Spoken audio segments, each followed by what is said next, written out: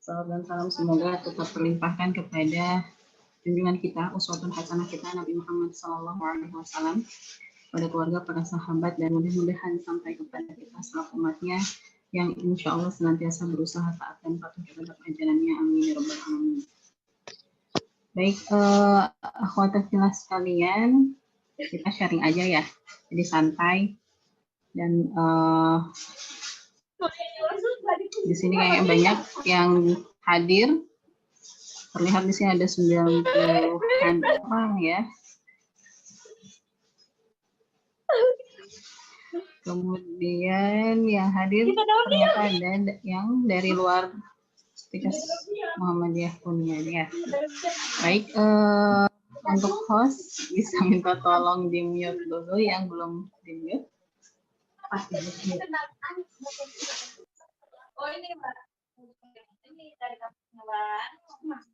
Mohon untuk peserta yang lain di mute dulu ya, ininya biar suara ibunya terdengar.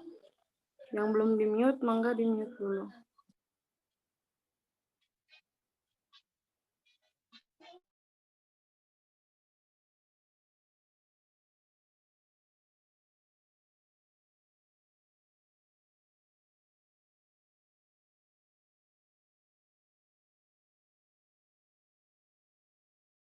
Baik, terima kasih.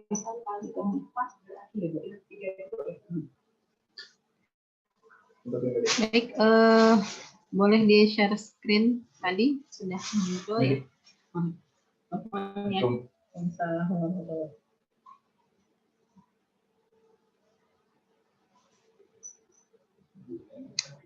Oke, temanya menarik ya. Kalau sudah ngobrolin cinta tuh kayaknya nggak habis-habisnya ya.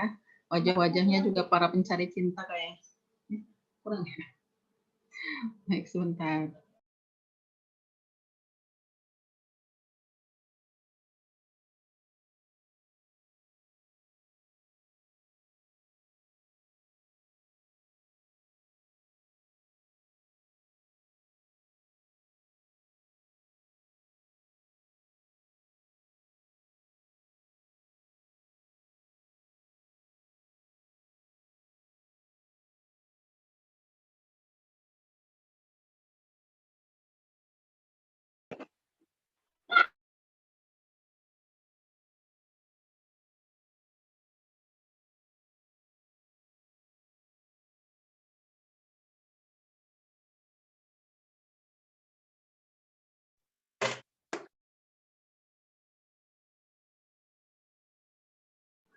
Baik, maaf.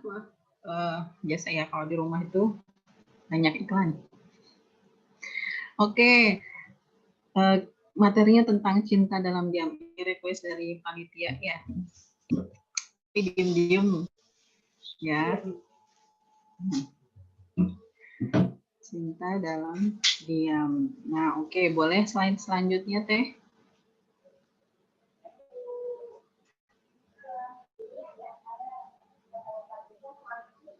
Baik, nah di slide ini memahami dan memaknai cinta memang selalu membuat kita penasaran. Ketika rasa itu hadir, kita merasakan perasaan bahagia dan terkadang membuat kita melayang. Cinta itu fitrah, namun dapat menjadi malapetaka manakala kita tidak mampu menempatkan sesuai pada tempatnya. Ada kalanya cinta hadir dalam kesunyian, menembus kolbu yang gersang, sehingga saat rasa itu datang, membuat hati kita bimbang. Selanjutnya.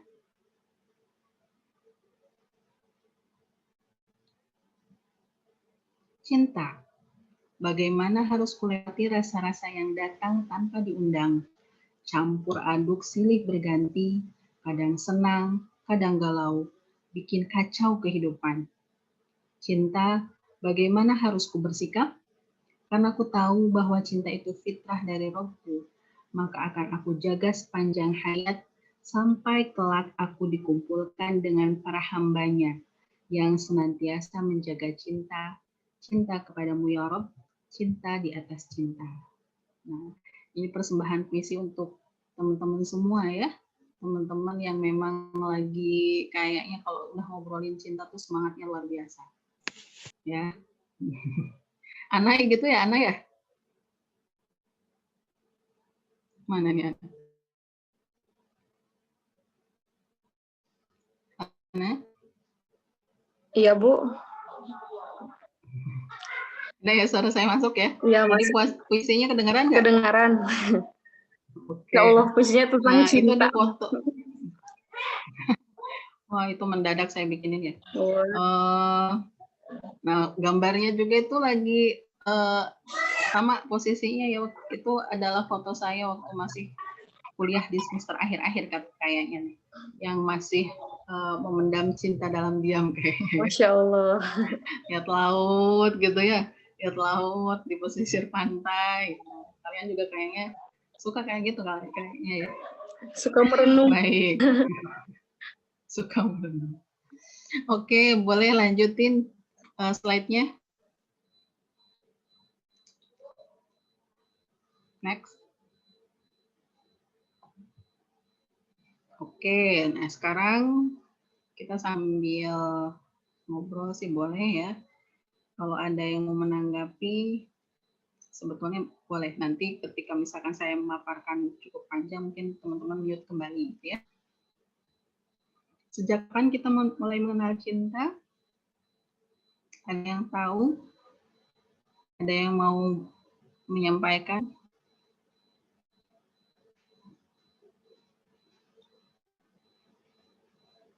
Jadi ingat-ingat, kapan nih mulai kenal sama cinta nih? SMP.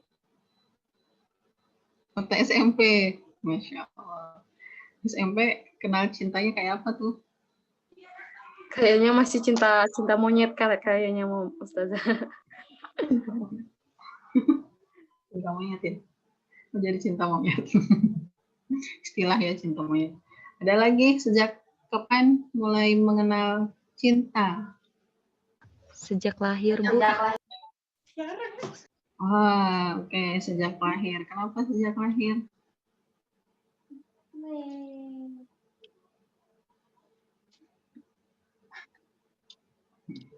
Bisa jadi ya, kita tuh sejak lahir juga sebetulnya sudah dikenalkan dengan rasa cinta.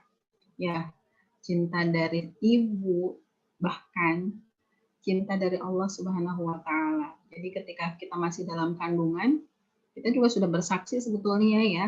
Nah, itu adalah bukti rasa cinta kita kepada Allah, ya, Sang Maha Pencipta. Kemudian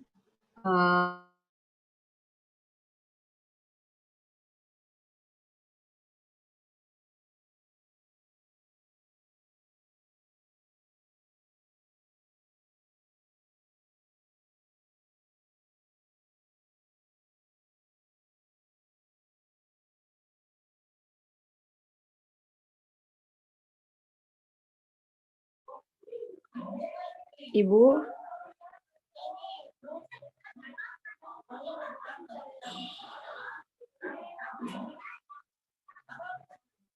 Halo, Ibu.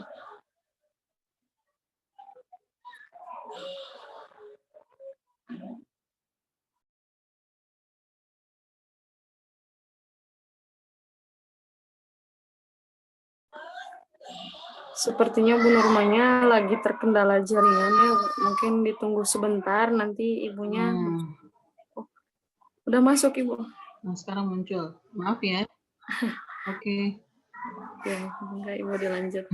Maaf, di sini sinyalnya kayak gitu. Makanya nanti antisipasi kalau menghilang lagi nanti saya masuk pakai Zoom yang satunya. Ya. Nanti pakai sinyal kuota. Oke, baik. Jadi sampai mana tadi? Sampai orang ibu ya? Tadi ya, seorang ibu yang sedang mengandung ya. Iya, Bu. Oke, bayangkan gitu ya kalau seandainya rasa cinta itu dihilangkan, ada mungkin sebagian dari orang tua yang kemudian kehilangan rasa cinta, ya, tapi sedikit sekali, yang kemudian akhirnya bayinya tidak mau dilahirkan, ya, atau kata lain aborsi mungkin ya, entah karena memang terkendala apa gitu, termasuk kemudian yang katanya gitu ya, kehadiran sang buah hati itu karena tidak diinginkan, gitu ya. Nah, Nah, itu sudah hilang rasa cintanya. Jadi kita memang sudah diajari dari sejak dalam kandungan pun rasa cinta mulai ya. Nah, kategori cintanya itu mungkin buka bayangan kita hanya sebatas kepada lawan jenis bisa jadi gitu ya, tapi ternyata rasa cinta itu sangat luas atau pada satu hal saja. Oke, jadi nanti sekarang kita sudah mulai belajar nih kalau rasa cinta itu mungkin bentuk ekspresinya tidak hanya kepada atau kepada lawan jenis saja. Nanti kita akan belajar tentang tingkatan cinta itu seperti apa sih gitu ya. Nah, supaya apa? Nanti kita akan gali bersama. Oke, selanjutnya. Oke, bagaimana hakikat cinta yang sebenarnya? Ya. Nah, ini pembahasan pertama. Jadi, hakikat cinta yang kita miliki itu sebenarnya seperti apa sih? Ya, tadi sudah dibuka di prolog awal gitu, sebetulnya hakikat cinta ini luas. Tidak hanya semata-mata kita ekspresikan kepada lawan jenis saja.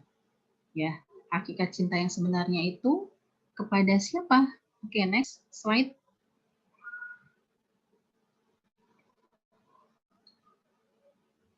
Nah, di sini dapat nih catatan dari Ibnu Qayyim al-Jauzi. Beliau mengatakan tentang tingkatan cinta. Ini yang menurut saya ini adalah sesuatu hal yang sangat penting yang kemudian menjadi catatan kita supaya kita bisa mampu mengerem ya perasaan kita yang sedang menggebu-gebu, lihat yang agak-agak apa namanya bening-bening gitu ya, lihat yang good looking ya, langsung aja deg-deg gitu kan ya. Oke, itu normal ya, bukan berarti harus dihilangkan, tidak. Itu kan fitrah. Allah memberikan kepada kita itu rasa cinta itu adalah fitrah. Ya, jadi bukan untuk dihilangkan, tetapi harus dikendalikan. Jangan sampai setan yang mengendalikannya, tapi kita yang harus mampu mengendalikan rasa cinta itu. Oke, kembali lagi ke sini nih, kata Ibnu Qayyim al-Jauzi ini, ada tingkatan cinta yang harus kita ketahui. Yang pertama adalah cinta kepada Allah. Ya, cinta kepada Allah itu adalah menjadi cinta yang paling prioritas, yang nomor satu. Ya, jadi segala sesuatu itu kita bayangkan bahwa karena kita melakukannya atas dasar cinta kepada Allah. Ya. Kenapa sih harus cinta sama Allah? Ya, kalau ada yang masih nanya kayak gitu, coba deh kita kalau lagi ngaca, ya kita sering berkaca ya, berdandan. Kan biasanya paling seneng banget kalau lihat kaca, bisa lama banget kalau sudah lihat kaca, ya nggak? Semuanya diliatin gitu sampai jerawat-jerawatnya itu kelihatan ya. Pusing kalau ada satu jerawat yang muncul tuh ya. Nah, coba kita pandangi gitu ya. Jadi mandanginnya tuh nggak hanya sebatas cantik banget sih aku tuh gitu ya. Ya, nah pede banget gitu kan. Nah, coba dilihat lagi agak-agak merenung gitu ya. Merenungnya setengah ngelamun ya, bukan melamun tapi merenung ya. Coba perhatikan mulai dari wajah kita. Semuanya ngasih siapa gitu ya intinya gitu. Kita bisa melihat di dalam bola mata kita itu kompleks sekali, jangankan di dalam mata, dari struktur kulit dan lain sebagainya. Mungkin teman-teman pernah belajar biologi kan ya pastinya. Nah, pelajaran tentang sistem yang ada dalam tubuh kita semuanya itu siapa yang kemudian mendesain? Ya, orang tua nggak bisa mendesain seperti itu. Ya, orang tua juga ya bukan orang tua yang mendesain itu gitu kan, ilmunya juga nggak akan nyampe ya, bahkan profesor sekalipun tetap tidak mungkin bisa menciptakan sama persis dengan yang Allah ciptakan, dan semuanya gratis ya, karena ada tagihan kita nafas berapa banyak ya, kemudian pernah ada yang menagih kita mampu melihat berapa lama, atau mungkin oh ya udah expired tuh bola matanya ganti gitu ya. Kecuali kalau memang ada keterbatasan gitu ya dalam penglihatan kita yang kemudian akhirnya memakai mata palsu. Ya, termasuk misalkan dan lain sebagainya nggak ada yang nagih juga ya.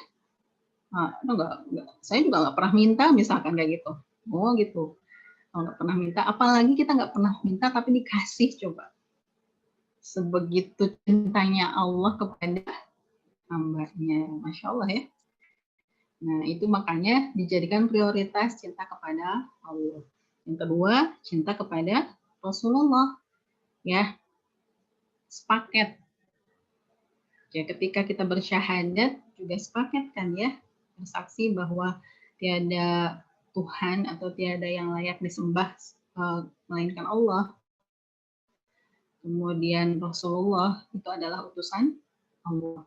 Nabi Muhammad adalah utusan Allah. Cinta kepada Rasulullah. Ya, kalau jika engkau mencintaiku maka cintai Rasulullah juga.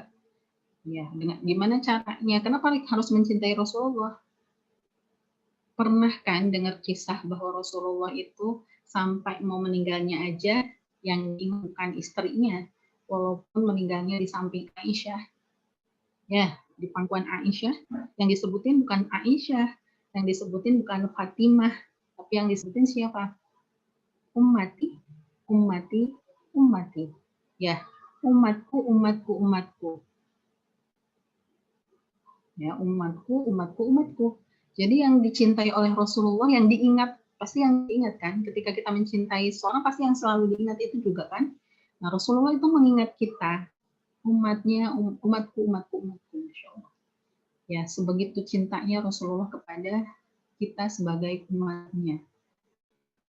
Maka, cinta kepada Rasulullah itu ada di level yang kedua. Sekarang yang ketiga adalah cinta kepada keluarga. Mulai dari orang tua, kemudian saudara, ya. Jadi cinta kepada orang tua. Oke. Kenapa harus cinta kepada orang tua? Masih ada yang nanya kayak gitu dalam hati. Ya sebenarnya nggak usah dijelasin lagi ya. Orang tua itu begitu mencintai kita, apa pernah kita ditagih mulai dari kita dilahirkan, semua perlengkapan yang kita pakai, ya, biaya persalinan, sampai kemudian biaya kuliah, pernah ditagih sama orang tua? Gak pernah ya? Cuma kadang kalau orang tua minta sesuatu, kita mikir-mikir dulu ya. Ya biasanya anak lebih perhitungan daripada orang tua. Nah itu menjadi muhasabah untuk kita ya. Orang tua itu sangat mencintai kita. Mau kayak apapun kita itu tetap mencintai anaknya. Ya. Bahkan sekalipun ketika anaknya lupa dengan orang tuanya, saya yakin orang tua tidak akan pernah lupa kepada anaknya. Ya, semoga kita termasuk golongan anak yang selalu berbakti kepada kedua orang tua. Jadi itu prioritas yang ketiga setelah mencintai Rasulullah. Yang keempat, cinta antar sesama muslim. Muslim yang dimanapun. Kenapa? Karena sesama muslim itu bersaudara. Ya, jadi ketemu sama teman sesama muslim, harus saling sapa, mencintai karena Allah, gitu ya.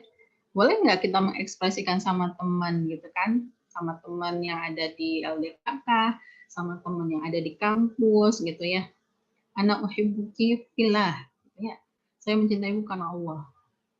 Ya, kalau kita pengennya sih sama laki-laki ya. Nah, sama lawan jenis gitu kan. Nah, wah nanti kalau misalkan sama-sama jenis nanti dikirain lesbi dong. Oh, akhirnya sudah terlalu jauh ya. Bukan ya, rasa cinta, rasa sayang kepada sesama teman, sahabat, nah itu adalah sesuatu hal yang lumrah. Ya, kalau diekspresikannya yang tadi berlebihan, kemudian karena memang ada penyakit hati dalam dirinya, nah itu yang kemudian tidak boleh. Oke, jadi boleh kita mengekspresikan, menyampaikan rasa cinta kita pada saudara kita. Ya, aku seneng main sama kamu tuh dengerin cerita aku dan lain sebagainya gitu ya. Jadi Ada orang yang biasanya suka curhat kan, teman curhat ya. Teman curhatnya kita yang senang banget curhat gitu ya, teman kita yang diam aja dengerin curhatan gitu ya sampai ngantuk-ngantuk. Nah, tapi suka seneng gitu ya kalau ada yang mau dengerin tuh, walaupun nggak bisa bantu ngasih solusi, tapi setidaknya kalau perempuan biasanya butuh ada yang dengerin biasanya gitu ya. Nah, oke, balik lagi ke sini, cinta antar sesama muslim gitu ya. Dan ketika misalkan kita lagi jalan-jalan ke luar negeri misalkan ya, kemudian kita ketemu nih di negara itu misalkan yang muslim itu minoritas dan kita ketemu dengan saudara kita sama muslim, itu rasanya akan bahagia banget gitu ya. Jadi lebih dari yang kalau kita ketemu sama saudara biasa aja gitu. Ya, jadi sesama muslim. Oke. Makanya kita harus saling menjaga ya. Jangan sampai sesama muslim malah saling menjelek-jelekan. Ya, tetapi harus saling menjaga. Yang kelima, cinta yang timbul dari sisi kemanusiaan. Ya, rasa sayang, melihat orang lain kesulitan, kita pengen bantu. Nah, ini dari sisi kemanusiaan. Tidak melihat bahwa dia muslim ataupun bukan gitu kan. Nah, ini yang harus tetap kita jaga. Jadi membantu kemanusiaan, tidak melihat agama-agama gitu ya, tidak melihat dia mau bukan Islam, nggak usah dibantu misalkan. Nah, itu yang tidak boleh gitu kan. Kecuali kalau bantu melaksanakan ibadah mungkin itu beda lagi ya. Nah, kalau bantu supaya dianya bisa melaksanakan ibadah ya silahkan saja gitu. Tapi kalau misalkan kitanya ikut-ikutan itu yang tidak boleh ya. Nah, itu dari sisi kemanusiaan. Jadi kita bisa membantu ketika ada yang kesulitan, tidak melihat dia itu muslim atau bukan. Kemudian yang terakhir itu cinta kepada harta benda. Ya, itu biasanya udah tahu lah ya kita. Kadang kita punya harta kan agak susah ya dibaginya ya. Nah, kita mencintai tetapi gitu ya, kalau dalam Islam ketika mencintai kepada harta benda karena itu level yang paling rendah berarti ya. Jadi bukan di prioritas. Janganlah sebaliknya gitu ya. Cinta kepada harta lebih tinggi daripada cinta kepada Allah. Kalau cinta kepada hartanya di bawah cinta kepada Allah, maka harta yang kita miliki akan kita ikhlaskan juga dong untuk perjuangan menegakkan agama Islam, misalkan seperti itu ya. Nah, itu adalah tingkatan cinta menurut Ibnu Qayyim al-Jauzi. Oke, bisa dipahami ya. Kita sama-sama belajar ini. Ketika saya menyampaikan ini pun sebagai pengingat untuk diri saya pribadi. Ya, bahwa level cinta kepada Allah kita harus prioritaskan di nomor 1. Baik, selanjutnya. Oke, nah ini hadis riwayat Bukhari, Masya Allah, coba kita baca ya. Jika Allah mencintai hambanya, sesungguhnya Allah Ta'ala jika mencintai seseorang, maka Allah akan memanggil Jibril. Wahai Jibril, sesungguhnya aku mencintai fulan, maka cintailah dia. Sehingga Jibril pun mencintainya. Kemudian Jibril memanggil seluruh penghuni langit seraya berseru, sesungguhnya Allah mencintai si fulan, maka cintailah dia. Maka penghuni langit pun mencintainya. Sehingga orang tersebut diterima oleh penduduk bumi. Insya Allah. Itu limpahan cinta ketika Allah sudah mencintai seseorang, itu dia akan umumkan gitu ya. Dia akan panggil Jibril, kemudian Jibril akan mengumumkan kepada seluruh penghuni langit, kemudian seluruh penghuni langit akan mencintainya juga. Ya, kalau sudah dicintai Allah itu, kehidupan itu nggak akan merasa sulit. Meskipun parameter kesulitan seseorang itu berbeda-beda. Ya. Baik, lanjut.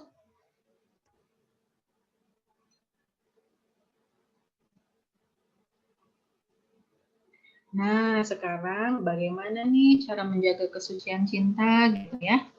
Jadi kalau tadi dikatakan bahwa cinta itu adalah fitrah, fitrah itu adalah sesuatu yang suci, maka jangan sampai yang sudah suci itu kemudian menjadi kotor. Ya, memang cinta suci itu kayak gimana sih? Saya pengen dengar pendapatnya dulu deh. Ayo, pakar cinta siapa di sini?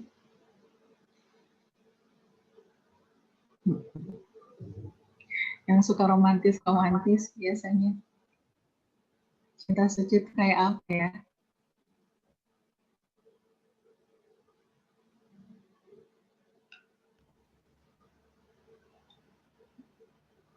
Yang nampak di sini, yang muncul.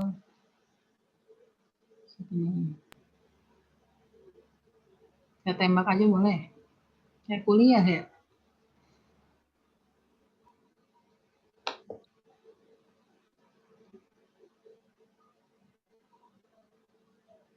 Ketua panitianya deh.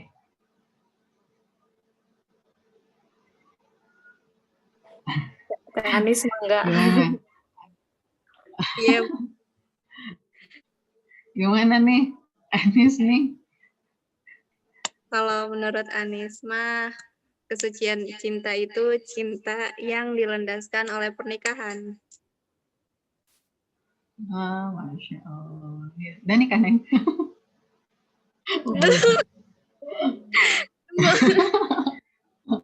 Mau ya.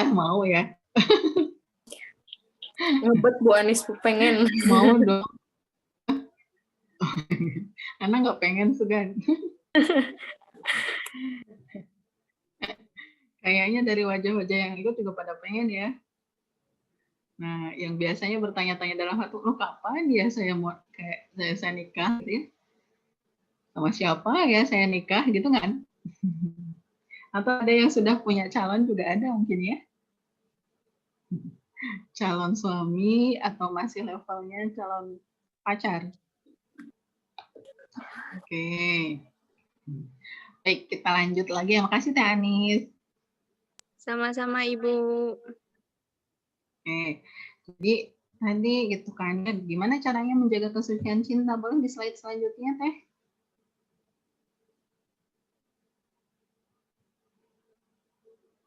Nah, kalau lawan suci gitu ya, nah kayak kertas nih, berarti gimana caranya supaya menjaga kesucian cinta? Nah, berusaha untuk tidak mengotorinya, ya. Nah, jadi kita berusaha untuk tidak mengotori cinta. Wih, gimana tuh caranya supaya tidak mengotori cinta? Cinta itu biasanya dikaitkan dengan hati ya, perasaan. Wih, makanya sebetulnya dalam Islam itu sudah ada caranya gitu ya, sudah disampaikan bahwa salah satunya adalah dengan senantiasa menjaga pandangan. Ya, jaga pandangan. Gimana cara jaga pandangan? Jaga pandangan otomatis akan menjaga hati. Kita susah jaga hati berarti kita juga bisa jadi karena susah jaga pandangan ya, jelalatan dulu. Jelalatannya soalnya yang dilihatnya tuh artis-artis Korea, ya nggak? Tiba-tiba artis lihat-lihat para pemudanya Indonesia tuh nggak ada yang selevel sama artis Korea wajahnya ya. Banyak K-popers Bu. Nah kan, padahal ya gitu kan, sebagian besar artis Korea itu kan memang nggak murni asli gitu ya, nggak murni asli wajahnya seperti itu. Mungkin kalau diperlihatkan aslinya ya agak-agak gimana gitu, mungkin berbeda gitu ya.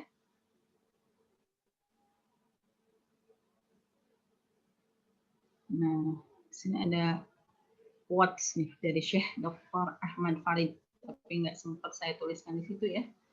Sebagaimana tidak menjaga pandangan dari yang haram akan menjadikan hati gelap, demikian juga menjaga pandangan dari yang haram akan menjadikan hati bercahaya. Ya, jadi memang itu akan sangat berpengaruh. Ketika kita misalkan ya, walaupun memang tidak selalu gitu kan, kita lagi senang-senangnya nonton drakor. Biasanya pasti dari sisi yang satunya gitu ya, dari sisi kita ngajinya kayak gimana, sholatnya gimana, dan lain sebagainya pasti akan terganggu. Ya, karena sering kita lihat pandangan atau terbayang apa yang dilihat di drama Korea tersebut gitu ya, atau tidak didakor lah dalam kehidupan sehari-hari aja. Banyak juga sih sebetulnya ya yang bisa menyejukkan mata gitu kan. Nah, ketika kita tidak bisa menjaganya, kita juga akan selalu teringat itu gitu ya. Lagi sholat lupa rokaat tapi yang ingatnya wajah dia nggak sampai hafal berapa jerawat yang ada yang ada di pipinya, misalkan ini ada tandanya dan lain sebagainya, berarti itu detail banget gitu kan ya, contoh gitu ya. Nah, di hadis riwayat Tirmizi itu jangan ikuti pandangan dengan pandangan berikutnya, karena sesungguhnya bagi yang pertama dimaklumi dan pandangan yang kedua bukan untukmu. Ya, jadi bukan berarti kita sama sekali nggak mandang, ya kita seperlunya gitu. Kita melihat tapi seperlunya. Ketika kita ngobrol, berbincang dan lain sebagainya pun seperlunya gitu ya. Beda kan? Pandangan kita yang kemudian kagum kepada seseorang sampai atau kita cuma ngobrol sama dosen, ngobrol sama teman gitu kan ya. Tapi kalau di dalam hatinya sudah ada rasa-rasa sesuatu kan tidak mandangnya ya kan? Ya. Nah, jadi itu yang kemudian harus kita coba jaga. Karena pasti nanti akan merusak hati. Ya. Itu tidak hanya berlaku kepada teman-teman yang masih single ya, itu juga untuk sudah menikah pun sama. Karena ada sebuah kisah gitu ya, bahwa ada seorang laki-laki datang kepada Rasulullah, ya curhat gitu kan ya, entah itu ke Rasulullah atau kepada sahabat Rasulullah, yang kemudian pada seorang ulama dia curhat, wahai Ustaz, mungkin gitu ya bahasa kita. Dia mencurhatkan bahwa makin hari istrinya tuh kayaknya kelihatannya makin gak cantik gitu kan. Saya melihat istri saya itu makin gak cantik. Sementara di luar sana banyak sekali perempuan-perempuan cantik yang kemudian membuat hatinya tuh sesuatu lah gitu ya, membuat jatuh cinta mungkin gitu ya. Nah, kan ada yang mungkin masih muda, ada yang pakai make up-nya bagus dan lain sebagainya gitu ya. Jadi si lelaki ini tuh merasa ketika pulang ke rumah tuh istrinya tuh jadi nggak cantik gitu. Nah, kemudian dikasih nasihat sama ulama tersebut gitu kan. Coba kamu tundukkan pandanganmu selama 1 bulan gitu. Ya, jaga pandanganmu selama 1 bulan, maka kamu akan melihat istrimu adalah perempuan yang paling cantik di antara perempuan-perempuan yang lain. Nah, akhirnya si laki-laki ini melaksanakan gitu ya tips yang disebutkan oleh ulama tersebut, yang kemudian akhirnya ternyata betul gitu kan. Ternyata setelah dia menjaga pandangan, dia melihat istrinya itu kembali cantik. Ya, nah makanya mungkin banyak yang hubungan suami istri yang agak kendor itu gara-gara juga tadi tidak bisa menjaga pandangan. Begitupun dengan kita semua gitu kan ya. Ya kan pasti kalau melihat yang bening-bening kan wah gitu ya. Dulu ada teman saya yang sekarang sudah tinggal di Jepang, perawat gitu ya. Adik kelas saya waktu perawat tuh. Dia di sana perawatan juga gitu kan, sama kayak artis-artis Jepang gitu kan ya. Dia pakai jilbab, kemudian minta dicarikan jodoh. Kita sodorkan tuh orang-orang Indonesia ya. Katanya nggak srek teh, katanya gitu. Wah gimana srek gitu kan, orang yang dilihat di Jepang sudah pada bening-bening semua gitu kan. Di sini agak-agak gimana gitu kan. Jadi akhirnya dia dapat suami orang Jepang. Ya. Nah jadi tinggal di sana. Oke, jadi seperti itu ya. Nah salah satu cara untuk tidak mengotori cinta atau lebih spesifiknya ke dalam hati itu adalah menjaga pandangan. Ya bismillah ya insya Allah. Kita akan berusaha. Jadi tadi ya seperlunya, dan kemudian ketika misalkan memandangnya itu jangan sampai memandangnya cukup di mata, ya. Jangan sampai diteruskan ke dalam hati. Kan ada itunya juga ya, mata turun ke hati.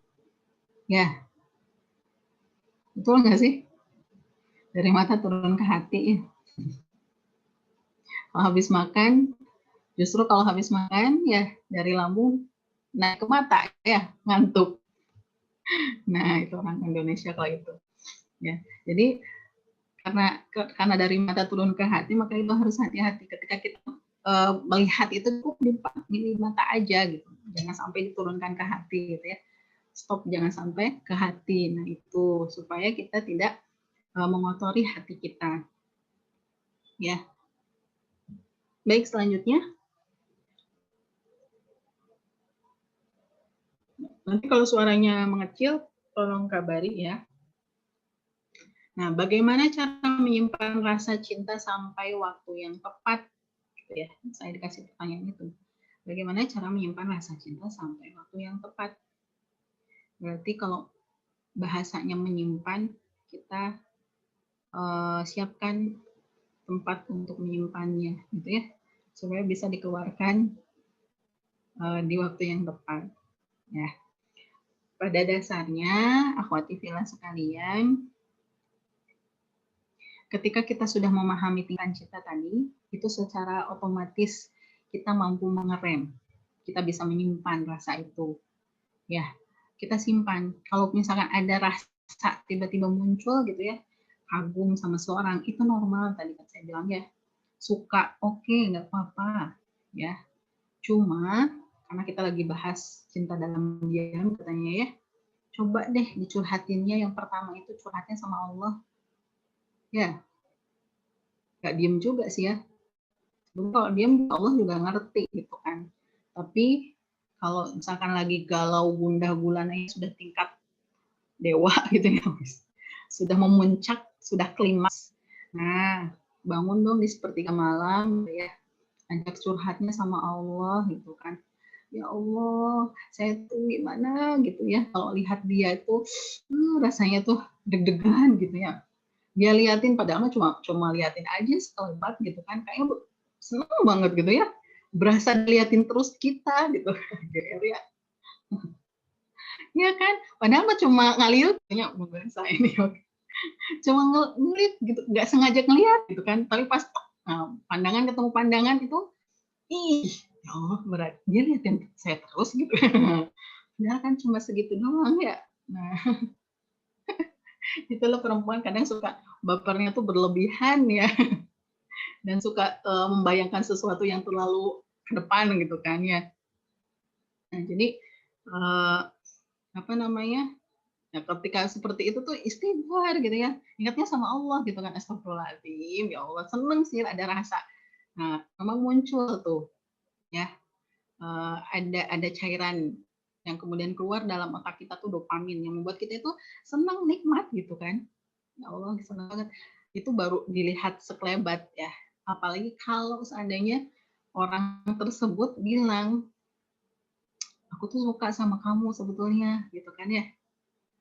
Dari dulu, waduh, itu sudah luar biasa itu ya. Pasti salting ya. Pasti salah tingkah ya.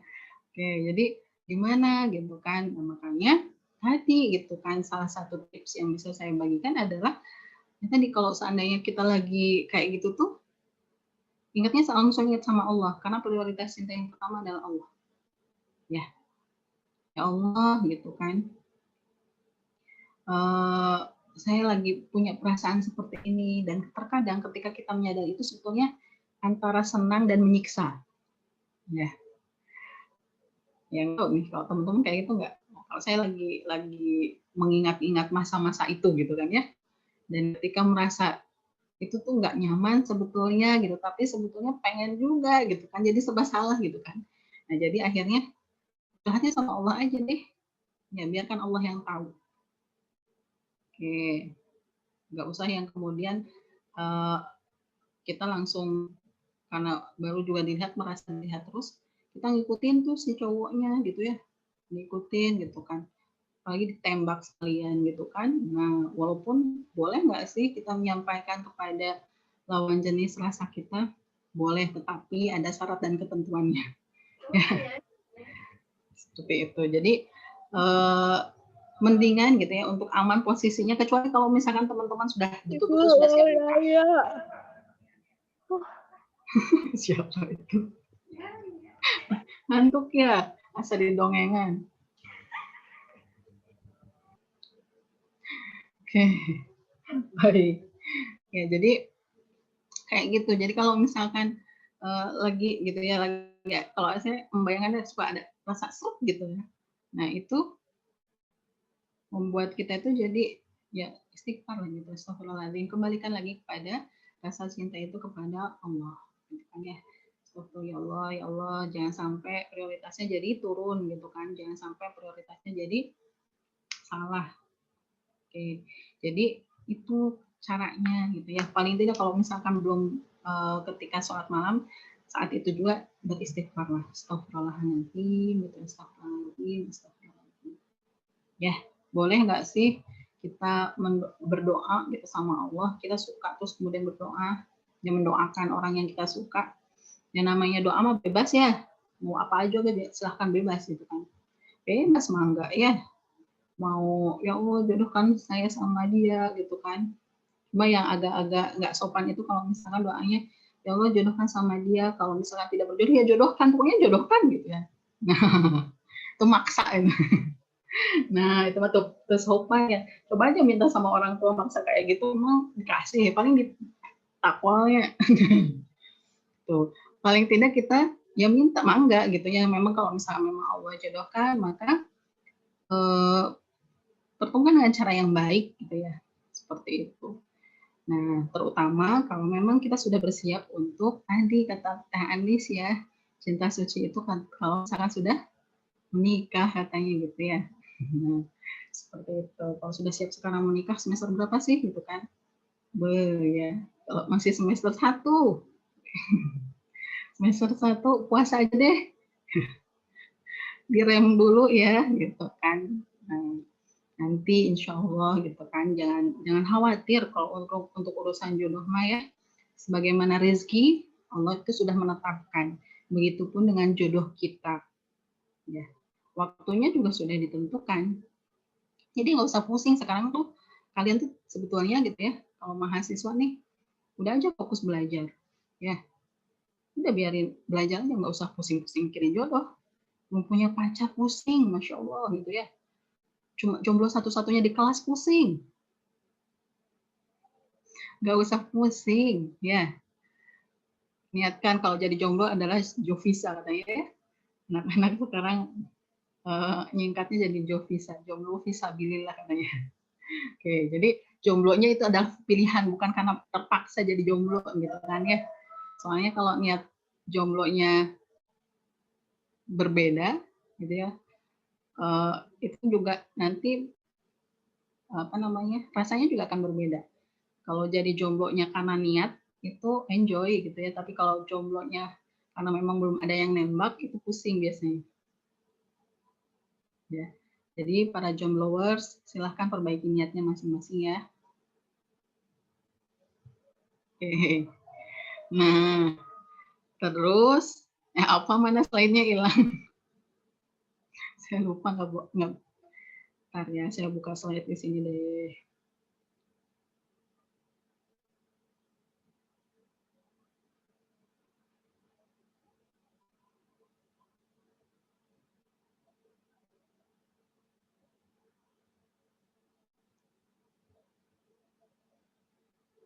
Oke, sampai ke tadi tuh apa tuh? Tingkatan cinta sudah, bagaimana cara menjaga kesucian berusaha untuk tidak motornya, bagaimana cara menyimpan rasa cinta. Nah, selanjutnya kisah gitu ya. Pernah dengar kisahnya cintanya Khadijah kepada Rasulullah? Sering ya. Sering kita dengar ya. Ya. Betul.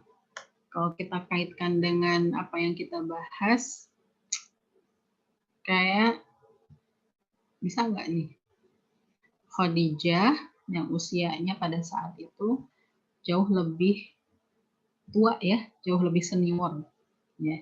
dibandingkan Rasulullah yang masih sangat muda. Usia 25, Khadijahnya 40 tahun. Ya.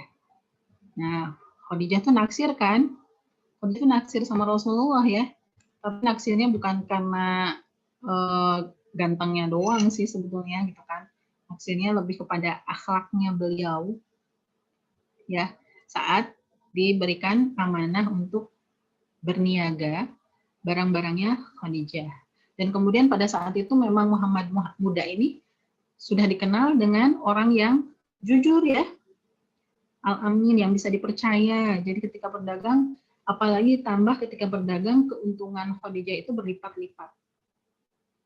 Ya kan? Nah, gimana gak naksir coba?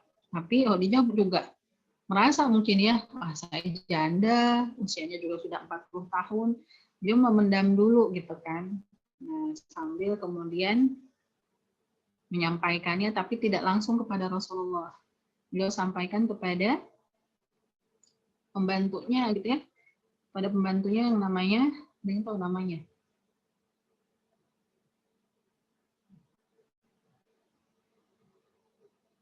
Namanya tuh Maisarah. Ada yang namanya Maisarah di sini? Dia sahabat yang ketika ada perintah berhijab itu dia tidak berhijab. Ya. Ada yang tahu kenapa? Kenapa Maisarah tidak berhijab? Tidak berjilbab? Karena Maisarah itu adalah seorang laki-laki, ya. Ada yang pernah dengar nggak? Belum ya. Iya, jadi perantaranya itu adalah Maisarah gitu kan ya. Dia menyampaikan tentang maksudnya, ya walaupun mungkin dalam hatinya harap-harap cemas gitu kan. Harap-harap cemas, wah ini mau nggak nih Muhammad gitu ya. Sama Khadijah yang tadi jeda usianya sangat panjang. Begitupun dengan Rasulullah kan tidak langsung jawab. Beliau juga bukan karena ya mikir juga gitu ya. Beliau Khadijah itu adalah seorang janda, kaya juga dan lain sebagainya. Jadi pasti gitu ya, pasti orang-orang tuh kalau zaman sekarang kan gampang nyinyir ya. Dari zaman dulu juga ada gitu ya. Julid. Oh Muhammad nih gitu ya, mau sama Khadijah karena janda kaya gitu kan. Nah, padahal ya sama gitu ya, dalam kondisi yang seperti itu Masya Allah, tapi ketika sudah menikah, apa yang terjadi?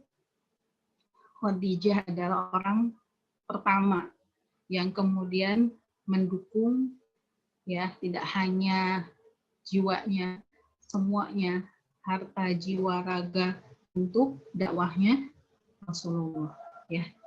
Dan Khadijah adalah satu-satunya istri Rasulullah yang tidak dipoligami ya. Nah, jadi saking cintanya Rasulullah itu kepada Khadijah. Sampai kemudian Khadijah itu meninggal pun Aisyah sampai cemburu sama Khadijah, tuh nggak pernah ketemu sama Khadijah gitu ya. Nah, sudah meninggal. Aisyah itu karena istrinya Rasulullah yang paling pencemburu. Ya. Nah, jadi kisah cintanya beda ya. Khadijah malah lebih tua, nah Aisyah kan lebih muda. Dan lebih mudanya muda banget. Jaraknya juga sangat jauh juga. Ya, tapi ternyata Aisyah bisa mencintai Rasulullah sampai ke cemburu sama Khadijah. Ya, nah jadi, ini gitu ya, cinta suci Khadijah binti Khuwailid dengan Rasulullah, begitu pun dengan Aisyahnya. Ya, kita bisa baca-baca sebetulnya ya. Kalau teman-teman misalkan suka baca novel, boleh dong cerita-cerita yang seperti ini juga kita baca. Sekarang kan sumber-sumber itu banyak ya, mau online mau offline, mau buku secara hard copy gitu kan, atau mungkin soft file dan lain sebagainya, silahkan coba baca-baca yang seperti ini biar kita bisa terhanyutnya itu karena memang cinta yang kemudian insya Allah kita bisa menjaga kesucian cinta tadi gitu kan ya. Kita dapat contohnya dari para sahabiah, sahabat-sahabat Rasulullah dan terutama Rasulullah itu sendiri. Nah, kalau Ummu Sulaim dan Abu Talhah ini siapa? Coba, kalau ada yang pernah mendengar kisahnya Ummu Sulaim dan Abu Talhah, boleh raise your hand.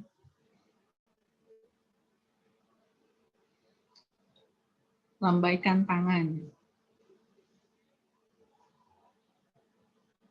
Saya materi sampai 10:30 kan ya? Nanti tanya jawab gitu. Dana? Iya, Bu. Iya. Oke, kita masih punya waktu 10 menit kalau nggak salah ya. Iya, Bu. Jadi Ummu Sulaim dan Abu Talhah itu adalah pasangan yang disebutkan bahwa mahar Ummu Sulaim itu adalah sebaik-baiknya mahar. Jadi pada saat itu Ummu Sulaim itu janda juga gitu ya, karena suaminya meninggal pada saat perang. Kemudian Abu Talhah itu adalah seorang pembesar pada saat itu, kemudian hartanya banyak, ganteng juga gitu kan. Naksir nih sama Ummu Sulaim. Ya, tapi Abu Talhah ini belum menjadi seorang muslim. Ya, kemudian Abu Talhah datang ke Ummu Sulaim. Dan ketika dia pede gitu ya, Abu Talhah kan udah ganteng, kaya, ya pembesar pada saat itu, terkenal lah gitu kan, artisnya merenya pada zaman itu. Nah, jadi datang dia pede gitu ya, ketemu sama Ummu Sulaim pasti nggak ditolak. Tapi kata Ummu Sulaim, wahai Abu Talhah, kamu itu sebetulnya memang nggak mungkin ditolak, tidak ada alasan untuk ditolak. Tapi kamu adalah seorang kafir, dan tidak mungkin seorang kafir itu akan disatukan dengan seorang muslimah. Tapi jika kamu misalkan masuk Islam, maka itu adalah sebaik-baik mahar. Nah, dari situ Abu Talhah kaget gitu, wah ditolak gitu kan, karena beda agama. Sampai akhirnya Abu Talhah memutuskan untuk masuk Islam bersyahadat. Ya, makanya disebutkan sebaik-baik mahar pada saat itu adalah maharnya Abu Talhah karena keislamannya. Dan ketika sudah menjadi muslim yang kafah, muslim yang baik, bukan hanya sekedar saya pengen nikahin gitu ya, kalau sudah nikah balik lagi lah sama agama yang dulu gitu, enggak. Ya, kalau Abu Talhah itu menjadi sebaik-baik seorang muslim. Oke, itu kisahnya Ummu Sulaim ya. Ummu Sulaim juga bisa menahan diri. Dia juga pasti dong kalau lihat laki-laki seperti itu secara kewanitaan gitu ya, keperempuanan gitu kan. Pasti tertarik dong, pasti sudah mulai ada seneng gitu kan. Tapi tadi dia mampu mengerem karena Abu Talhah seorang kafir. Ya. Nah, jadi saking yang diprioritaskannya adalah cinta kepada Allah. Ya. Nah, sekarang Fatimah. Siapa tuh Fatimah? Fatimah itu adalah Putri dari putrinya Nabi Muhammad SAW. Ya, putrinya. Ya, betul. Putrinya Rasulullah SAW. Menikah dengan Ali bin Abi Thalib gitu kan ya. Dengan ponakannya Rasulullah. Oke, jadi nah karena Fatimah sama Ali ini sudah naksir dari dulu sama Fatimah. Ya. Tapi Ali ini nggak pede. Karena ternyata Fatimah sudah banyak yang naksir. Dan menurut Ali adalah orang-orang yang lebih baik daripada Ali. Jadi nggak berani nembak ya. Nggak berani nembak. Karena dia merasa, ada saingannya nih sama Umar bin Khattab. Saingannya nih sama Abu Bakar gitu ya. Kalau zaman dulu melihat, usia ya. Tapi ternyata Rasulullah memilih Ali bin Abi Thalib. Ya, nggak berani alinya tadi ya, apa namanya, nikung. Ya kan, karena sudah banyak yang naksir Fatimah nih, dia sadar diri gitu. Padahal Ali ini, kata Rasulullah, Ali adalah pintu gerbangnya ilmu. Coba, padahal dimuliakan sama Rasulullah, tapi Ali sangat tawadu gitu kan. Nah, akhirnya bisa menikahi Fatimah. Insya Allah ya. Jadi kisahnya itu, kalau udah kisah cintanya itu yang ya agak beda mungkin ya di era-era sekarang gitu kan. ada yang statusnya gebetan, ada yang apa gitu ya. Nah sekarang Zainab itu juga salah satu putrinya Rasulullah. Zainab ini menikah dengan Abil As bin Rabi. Nah, yang pertama masuk Islam itu adalah Zainabnya. Abilnya kekeh nggak mau masuk Islam pada saat itu. Padahal mereka saling mencintai, ya, saling mencintai. Jadi, tapi karena Abilnya nggak mau masuk Islam, akhirnya mereka berpisah, cerai, sampai akhirnya terjadi peperangan, ya, antara kaum muslimin dengan kaum kafir. Nah, kemudian ketika Abil ini menjadi tahanan kaum muslimin, Zainab ini karena masih punya rasa cinta ya kepada suaminya, dia itu menebus dengan hartanya. Ya. Nah, ketika menebus dengan hartanya, Rasulullah tahu gitu ya, dan merasa kasihan gitu kan pada Zainab. Sampai akhirnya kemudian dibebaskanlah Abil, tapi tetap Abilnya tuh masih belum masuk Islam gitu kan. Nah, akhirnya tetap masih berpisah. Tapi pada suatu saat kemudian ternyata alhamdulillah Abilnya itu mau masuk Islam. Nah, setelah masuk Islam mereka menikah kembali, tapi ternyata kebahagiaannya nggak lama karena Zainab meninggal dunia terlebih dahulu. Ya. Nah, jadi banyak sebetulnya ya kisah-kisah yang bikin kita baper, ya kan, dari kisah-kisahnya para sahabat Rasulullah. Ya. Jadi bikin bapernya itu yang kemudian mereka itu ternyata lebih memilih mencintai Allah yang pertama prioritasnya. Setelah itu biarkan Allah yang kemudian menentukan. Ya, rasa cinta kita itu akan berlabuh ke mana. Nah, itu ya. Nah, itu cara ngeremnya gitu kan. Seperti itu teman-teman semuanya gitu ya. Oh ya, masih ada slide selanjutnya teh.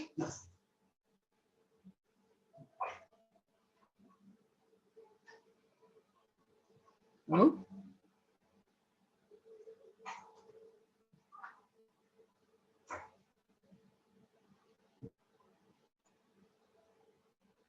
Slide-nya nggak muncul.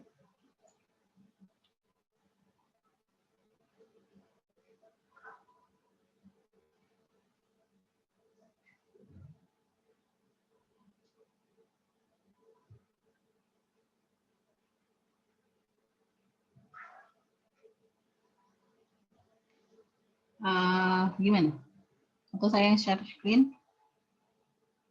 Ada 2 slide lagi terakhir.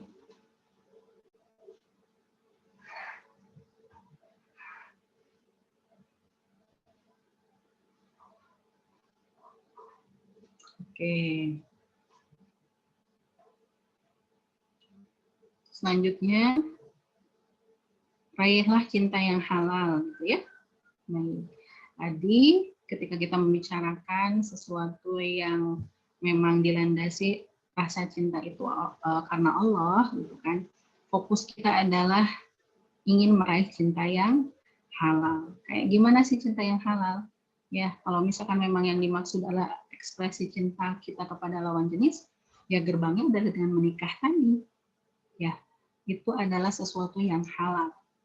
Berarti sebelum menikah, hubungan kita dengan dia yang bukan siapa-siapa, sebaliknya dari halal. Ya, jadi pas pegangan tangan, haram. Ya, kalau udah menikah mau pegangan tangan tuh yang jatuhan tuh dosa, ya, berjatuhan dosanya pro gitu ya. Tapi kalau masih belum menikah, pegangan itu bukan berjatuhan dosanya tapi pada nempel, ya. Nah itu baru pegangan tangan doang, ya. Belum rangkulan ya, belum lain-lain, nggak usah disebutin lah ya. Nah jadi akhwati sholihah gitu kan ya. Itu yang kemudian harus kita jaga betul-betul. Kenapa nanti akan rasanya berbeda? Bisa jadi memang gitu ya, pasangan kita itu adalah orang yang sudah kita kenal lama, atau mungkin istilahnya udah pacaran lama dan dia menikah betul. Berkata Ustaz Salim Afilah, segala sesuatu itu termasuk kayak rezeki itu jodoh ya, Itu dikasihkannya tergantung gimana kita cara mendapatkannya. Rasanya yang berbeda katanya. Yang membedakan itu rasanya. Kalau mungkin kita sudah memulainya jauh-jauh dari pernikahan, misalkan sampai bertahun-tahun gitu kan ya. Nah, nanti setelah menikah itu rasanya beda. Ya, rasanya itu tinggal sisa-sisanya saja. Ya. Ya kan sudah kenalnya udah lama banget ya, udah 8 tahun pacaran, udah apalagi gitu pas udah nikah tinggal cekcoknya doang gitu ya. Alhamdulillah ya. Makanya bukan ketika misalkan kita tidak pacaran itu ya tadi pengennya itu nanti gitu ya, ketika sudah mendapatkan yang halal, ekspresi itu nanti itu memang sudah Allah halalkan. Makanya kata Ustaz Felix tuh ya, katanya itu tajam kan, halalkan atau putuskan katanya gitu ya. Jadi kalau ada yang masuk punya pacar nih, tanya pacarnya ya, mau dihalalin apa mau diputusin, mau menghalalkan saya atau mau diputuskan saya. Berani nggak tuh perempuan bilang kayak gitu sama pacarnya? Keren banget kalau ada yang berani gitu ya, karena kita ingat, oh ya kita tuh pengen tidak loh rasanya kalau saya pacarannya setelah nikah ya, Masya Allah ya rasanya beda betul. Makanya saya pede ngomong kayak gini ya, jadi disimpan rasa itu gitu ya. Saya pernah naksir orang yang pernah tadi ya gitu ya, bilangnya sama Allah deh gitu kan, pernah enggak kagum sama seorang gitu kan laki-laki, ya pernah juga gitu kan ya. Mungkin sekarang juga mungkin ada gitu kan, tapi tadi kita punya remnya ya, senantiasa beristighfar gitu kan ya, seperti itu. Jadi targetnya adalah kita meraih cinta yang halal, insya Allah lebih berkah dan lebih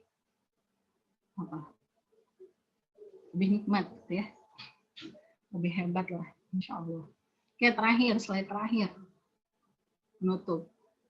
Nah quote di bawahnya ya, ketika cintamu bersandar kepada ridhonya, biarkan dia yang menentukan bahu yang tepat untuk bersandar pada saatnya gitu ya. Jadi boleh tulis ya, jadi status bangga.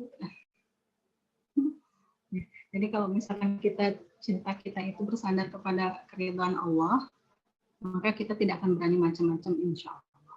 Ya, insya Allah. Ya, biarkan Allah yang kemudian menentukan siapa yang nanti jodoh kita.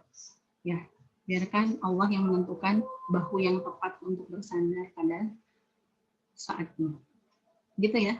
Baik, itu terakhir, slide terakhir yang disampaikan. Mungkin itu saja yang bisa disampaikan materinya gitu kan ya. Mudah-mudahan terdengar lancar ya dan bisa bermanfaat untuk kita semua. Ya, dan itu menjadi motivasi hanya untuk teman-teman, motivasi untuk saya juga. Tadi pagi saya sama suami jalan pagi gitu kan ya, anak-anak lagi pada diungsikan. Jadi berduaan, jalan-jalan gitu kan ya. Nah, jadi kita menikmati itu. Pacarannya tuh sampai sekarang insya Allah ya. Rasanya. Dan seterusnya. Karena pacarannya udah halal. Mau pegangan juga, yang nempel adalah pahala insya Allahnya. Baik, itu saja. Sekali lagi mohon maaf. Saya kembalikan kepada Teh Ana sebagai moderator. Ya, Ibu terima kasih sudah menyampaikan materinya yang Masya Allah sekali ya. Semoga kita dapat pelajaran dari materi yang Ibu sampaikan.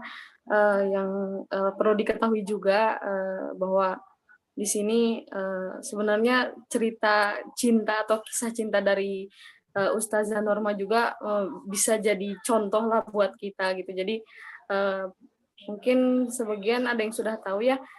Jadi Bu Norma itu kan pacarannya setelah menikah ya Bu. Terus insya Allah. Iya, anak kok tahu.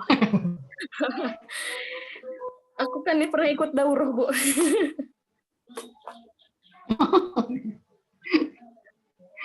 Insya Allah. Ya, jadi kisah cinta dari Bu Norma ini Ya. bisa jadi contoh buat kita gitu. Lanjut aja ke sesi pertanyaan ya Bu. Di sini udah ada beberapa penanya. Yang pertama itu dari Sukma Fuji Aji Ayu S1 semester 1 katanya izin bertanya bagaimana cara jika orang yang mencintai seseorang tapi belum siap untuk menikah katanya Bu. Ini langsung jawab, langsung aja. Boleh langsung dijawab aja.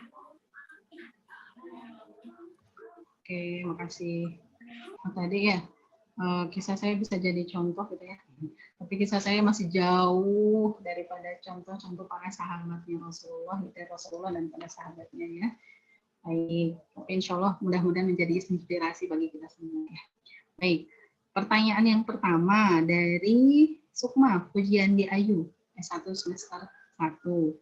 Izin bertanya, bagaimana cara jika orang yang mencintai seseorang tapi belum siap untuk menikah?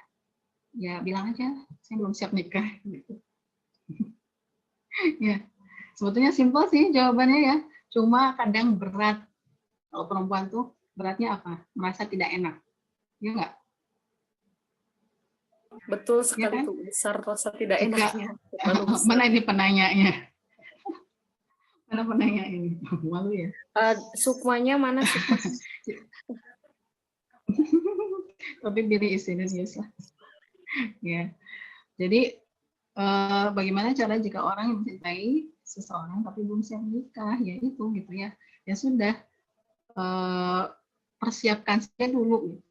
Nah, sekarang kita sibukkan atau alihkan perhatian kita itu dengan mempersiapkan. Ya, masih semester 1 kan.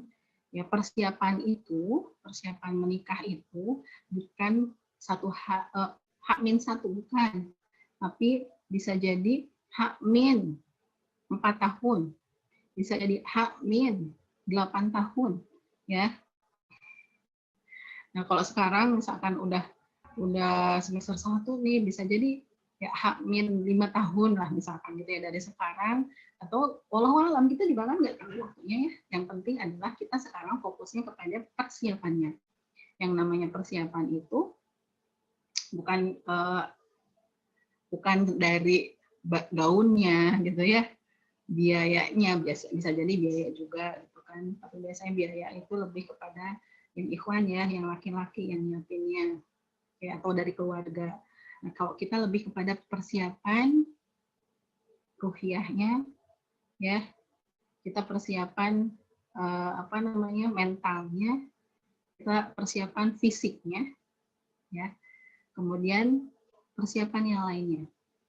Persiapan ruhiyah itu ya tadi, kalau misalkan kita memang mau menikah, kita harus dekat dulu sama Allah gitu kan ya. Sholat kitanya kayak apa? Sholat kita sudah baik atau belum? Sholat kita sudah tepat waktu atau belum? Nah, kalau belum maka perbaiki itu. Itu menjadi salah satu persiapan. Ya, kenapa? Itu adalah hal yang wajib dilaksanakan oleh seorang muslim.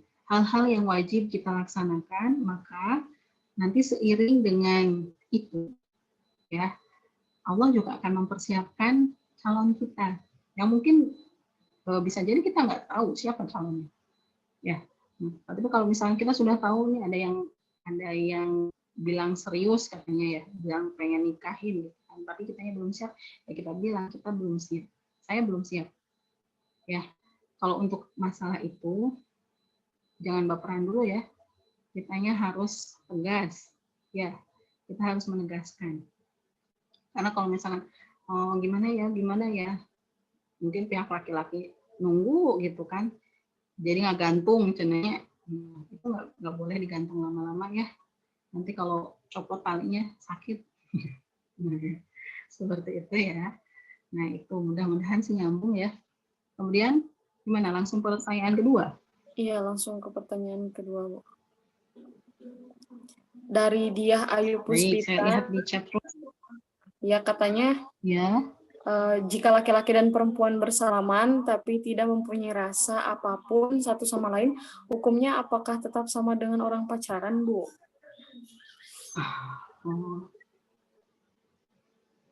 Baik. Jika laki-laki dan perempuan bersalaman, salaman. Sebetulnya kalau masalah salaman mah kita nggak boleh salaman atau bersentuhan dengan yang non-mahram ya, bukan karena orang pacarannya saja sih, gitu ya. Jadi kalau bisa memang sebaiknya hindari untuk bersalaman, meskipun tadi mungkin hanya sebatas teman, ya kan. Cuma kalau teman atau tidak punya rasa, awalnya mungkin tidak punya rasa ya, tapi kalau sudah sering-sering, kalau antara lawan jenis itu pasti akan ada sesuatu yang berbeda, ya. Nggak ada katanya bilang temenan atau sobatan antara laki-laki sama perempuan murni sobatan, itu nggak ada. Ada yang bilang kayak gitu katanya, ya. Nah, bisa jadi mungkin awalnya biasa aja, tapi yang namanya setan itu nggak bisa tinggal diam gitu kan ya. Pasti nanti lama-lama akan ada sesuatu rasa, ada tegangan, ya, ada sengatan listrik dalam tanda kutip. Nah, makanya dalam Islam mengatur bahwa tidak boleh bersentuhan antara lawan jenis yang non-mahram, ya, yang bukan mahram. Itu. Makanya kalau ibu juga di kampus ya, kadang kalau teman-teman mahasiswa yang putra tuh mau salim, kalau masih bisa ditarik seperti ini, biasanya mereka paham. Ya, tapi kalau sudah mulai menyodorkan dikit aja gitu kan. Padahal ibu sama mahasiswa ya, emang ada rasa apa sih? Ya. Nah, tapi tetap ya kita harus menjaga gitu kan, harus menjaga karena sebetulnya larangannya bukan karena istilahnya pacaran atau tidak, tapi memang tadi bersentuhan dengan mahram atau bukan ya. Kalau bukan mahram diusahakan ya tidak boleh gitu, tidak boleh gitu ya. Dan kita mengupayakan supaya tadi menghindari itu. Oke, kayak Ini berhubungan juga selanjutnya, sama pertanyaan dari Endang, Bu. Katanya, bagaimana cara menghindari rasa baper terhadap seorang ikhwan yang kita sukai, katanya, Bu. oh iya. Yang mana? Nggak ada di chatroom ya? Yang Endang Nadia Lestari. Dari Endang. Endang.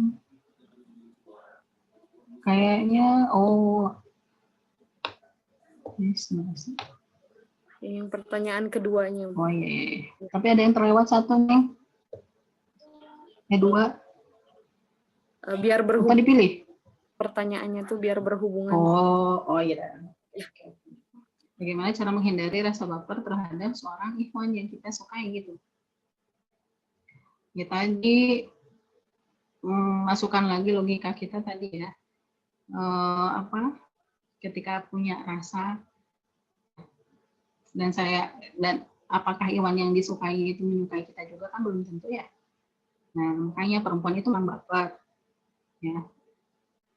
Dasarnya itu memang baper, tapi ada kalanya baper itu kita harus hadang gitu ya. Kita harus masukkan logika. Belum tentu laki-laki yang kita sukai itu dia juga menyukai kita, ya kan ya? Atau mungkin bisa jadi kitanya GR doang, ya kan? Nah, jadi dengan kita berpikir begitu tuh, jadi agak berkurang tuh, gitu ya. Kitanya bisa menerapi diri sendiri yang kemudian dia tidak terlalu suka, biasa aja gitu maksudnya, sekadarnya saja. Nah, kalau sudah seperti itu, kita bisa mengendalikan rasa baper kita, ya. Ngerti nggak ya? Jadi itu mah jangan-jangan perasaan aku aja gitu yang suka sama dia gitu kan. Dianya belum tentu. Wah, dia ngajak ngobrol nih sama kita gitu, atau misalkan dia curhatnya sama aku misalkan gitu kan. Tapi bisa jadi dia juga curhat sama yang lain. Ya, cuma kitanya aja yang nggak tahu. Nah, pikiran-pikiran itu yang kemudian bisa jadi agak menghadang gitu ya rasa baper kita yang berlebihan. Dan yang harus diingat lagi tadi, kalau misalnya ada rasa baper yang kemudian tiba-tiba lewat dalam hati itu, tadi ingatnya sama Allah gitu ya. Astagfirullahaladzim, ya Allah bantu hamba, ya Allah bantu hamba gitu kan. Sekuat tenaga dalam hati itu ya. Ya, mau diucapkan juga mangga ya, paling orang-orang pada liatin gitu, ini kenapa anaknya gitu kan. Nah, jadi dalam hati itu langsung gitu ya. Allah bantu hamba, jangan baper gitu. Itu ya. Terus mana lagi Neng setelah dari anak aja yang ini kan? Berarti bapernya itu kita ganti jadi bawa perubahan sama barisan pengikut Rasul aja ya, Bu. Wah, mantap. Yes, siap. Oh, mantap nih anak. Langsung aja pertanyaan dari EKS S1 semester 1 katanya, kalau bertunangan dalam Islam itu hukumnya gimana sih, Bu? Gitu katanya. Nah, tunangannya kayak apa dulu nih? Dalam Islam juga ada istilah khitbah ya, kadang mungkin agak nggak sama sih sebenarnya, tapi agak dipersamakan. Cuma yang jadi catatan adalah kalau seandainya yang dimaksud tunangan di sini adalah tukar cincin, ya. Nah, biasanya kan ada ya di masyarakat yang kemudian kita tukar cincin tuh, ya kan, tukar cincin antara laki-laki perempuan, akhirnya dia juga pegangan juga gitu kan. Tapi ternyata ada juga yang menghindari pegangan. Ya biasanya tukar cincinnya ditukarnya sama orang tua. Baik. Nah, kalau misalkan bisa menghindari proses itu tidak dilakukan, itu lebih baik. Tapi kalau seandainya memang tidak terhindarkan, catatannya adalah yang dimaksud tunangan itu apa? Kalau dalam Islam, kalau sudah menghitbah, itu tidak akan lama waktunya ke pernikahan. Ya, karena kalau saya lihat sekarang mungkin ada beberapa yang kemudian habis tunangan. Kapan nih nikahnya? Nanti lah, santai lah. Mau ini dulu, mau ngumpulin duit, mau beli rumah dulu. Kapan beli rumahnya? Ya 4 tahun nanti lah, 4 tahun yang akan datang kita mau ngumpulin dulu. Nah ya, kayak gitu tuh yang bikin godaan hati itu susah dihindari. Ya. Dan yang menjadi catatan lagi, kalau sudah tunangan berasa itu sudah miliknya. Ya. Walaupun memang kalau dalam istilah kita ketika sudah di khitbah itu tidak boleh menerima khitbahan dari orang lain lagi. Ya, nah makanya tadi persepsi tunangannya kayak gimana? Ya, sebetulnya kalau istilah tunangan itu sendiri memang nggak ada sih, ya di dalam Islam. Ya, adanya khitbah, dan ketika setelah khitbah itu memang sudah ditentukan waktu untuk menikahnya kapan, dan waktunya itu tidak lama, tidak sampai bertahun-tahun. Ya, nah itu teh semoga menjawab ya. Baik, Bu. Berarti khutbah itu teh sama kayak kita teh mengikat atau itu seseorang biar enggak sama yang lain dulu gitu ya, Bu ya. Betul. Jadi udah, nah kalau itu kan sudah istilahnya mah kepastian gitu ya. Jadi tidak boleh kemudian ketika sudah dihitbah tiba-tiba ada yang bermaksud menghitbah lagi, kemudian diterima, itu nggak bisa. Betul, sudah mengikat. Oke. Masya Allah. Terus? Jadi pengen, Bu. Ayah sugan calonan, Neng. Pacan ayah. Dilanjut pertanyaannya. Sabar. Ini berhubungan. Jadi yang pertama itu izin dari Fitria katanya bagaimana tanda hamba sudah cinta pada Robnya katanya teh. Terus dari Susila itu bagaimana cara kita tahu bahwa orang mencintai kita karena Allah? Oke. Mencintai kita karena Allah. Yang pertama, bagaimana tanda hamba sudah mencintai Rabbnya. Baik. Tanda seseorang itu ketika mencintai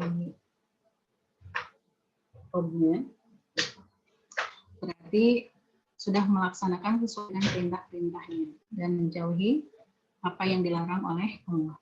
Ya.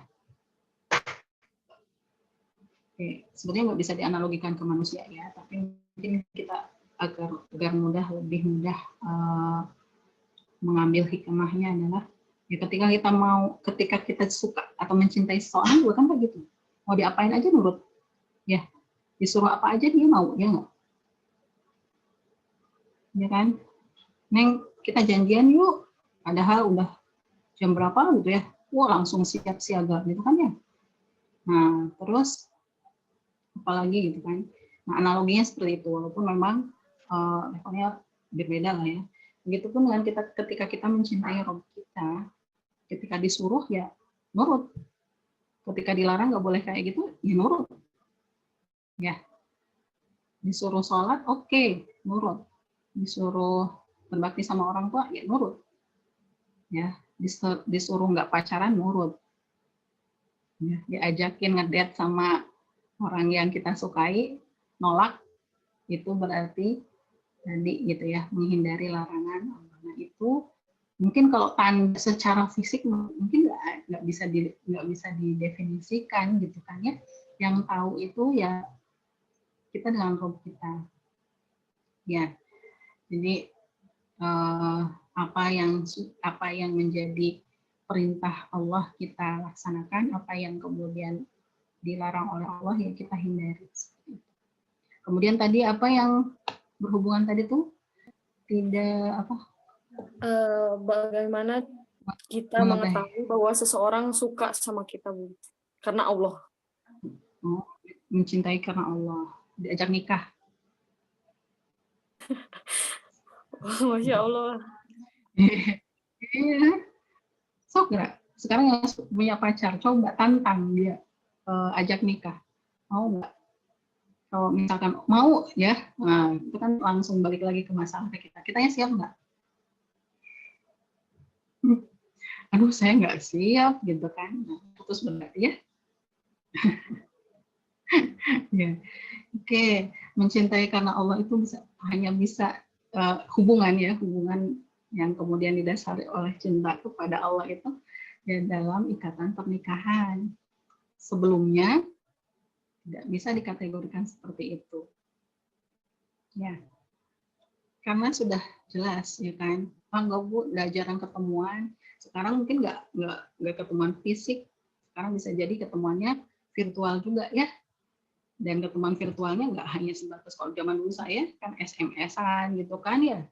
Bahkan SMS-an sekalipun bahasa yang kita pakai kan bikin hati kita kotor bisa nggak? Saja ya. Apalagi sekarang ada WA, bisa shoot kamera, bisa videoan, video call, bisa tukeran gambar, ya nggak? Nah itu sebetulnya yang ingin dihindari, ya. Jika memang kita ingin melalui jalur yang baik, maka prosesnya juga kita harus lalui dari jalur yang baik, gitu kan ya. Berusaha. Mungkin kita kadang lurus, kadang juga belok gitu ya. Nah, ketika kita lagi belok niatnya, ketika kita lagi belok rasanya, maka luruskan lagi, ya. Dengan istighfar, kemudian kita niat ulang, gitu ya, perbaiki niatnya dan sebagainya.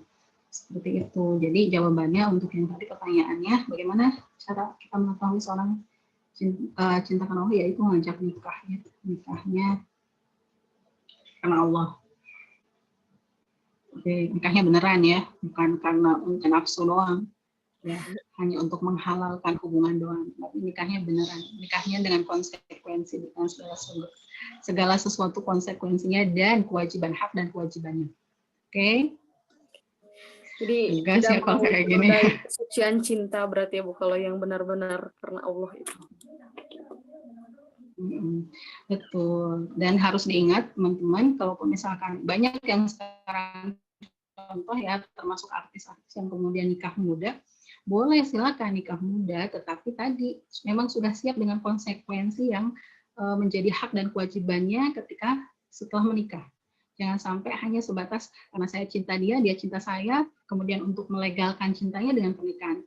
Tidak hanya sebatas itu, karena pernikahan terlalu suci kalau hanya diniatkan hanya tadi melegalkan cinta nafsu, gitu kan ya. Baik. Apalagi Teh?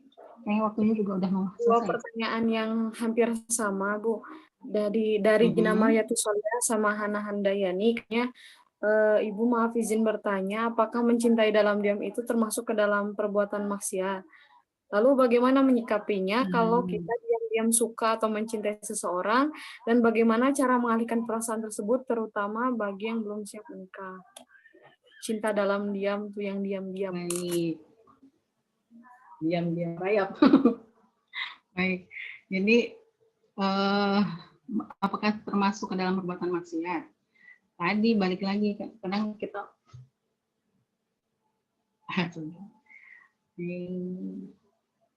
Tuh, belum dibak ya. Nah, jadi kalau misalkan tadi ya termasuk perbuatan maksiat atau bukan, ya tergantung kita menyikapi cinta dalam diamnya itu. Kalau cinta diamnya itu tadi dicurhatkan sama Allah, minta perlindungan sama Allah, tidak jadi maksiat, insya Allah ya.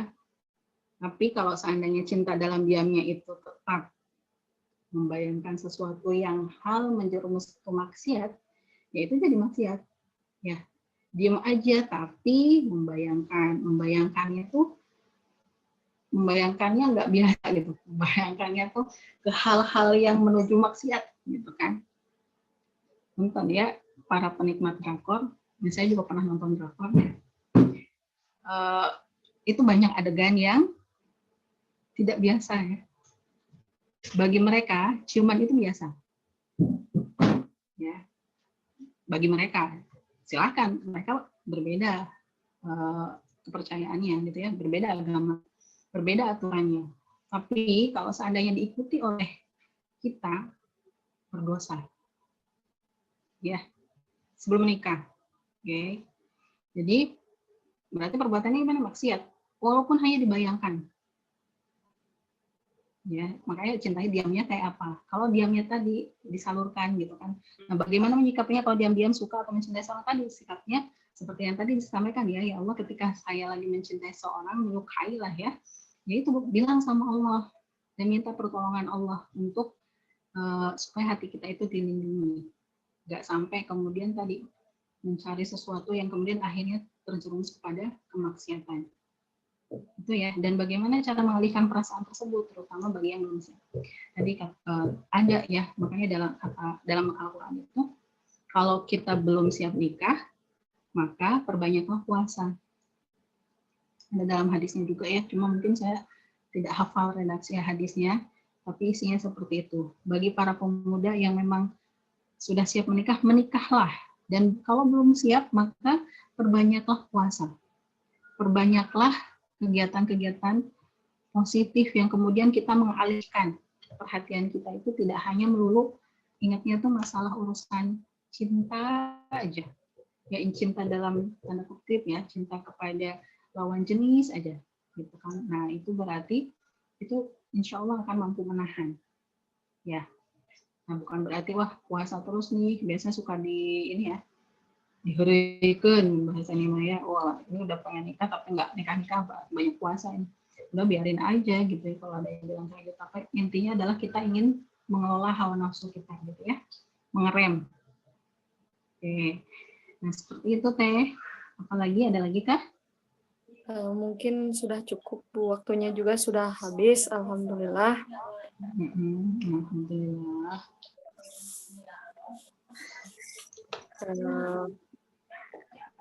Langsung pembacaan kesimpulan aja mungkin ya, Bu.